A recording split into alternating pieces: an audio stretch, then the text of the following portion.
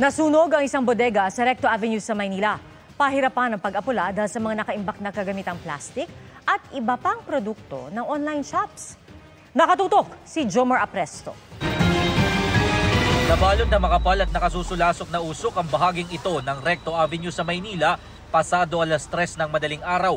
Mula yan sa nasusunog na bodega na puno ng plastic wares sa Calero Street. Ayon sa mga tauhan ng barangay, saktong rumoronda sila ng sumiklab ang sunog.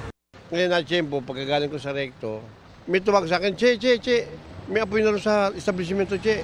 Nagtulong-tulong ang mga residente na apulahin ang apoy. Pagbalik ko roon, ginawa namin, hindi namin buksan yung bodega. Lahat ng mga tambay nandun, kumuha ng mga tubig. Siya sa tapat na bahay.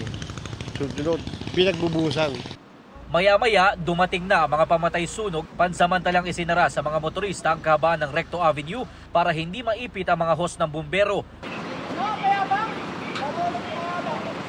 Ang jeep na ito nakipagmatigasan at nakipagsagutan pa sa mga fire volunteer.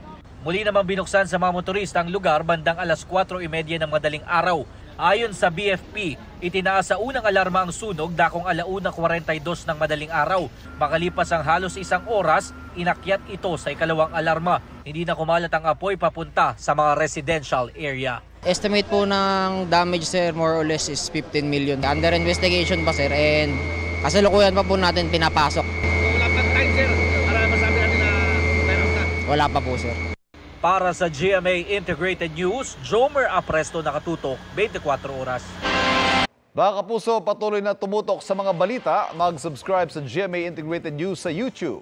Sa mga kapuso abroad, samahan niyo kami sa GMA Pinoy TV at www.gmanews.tv.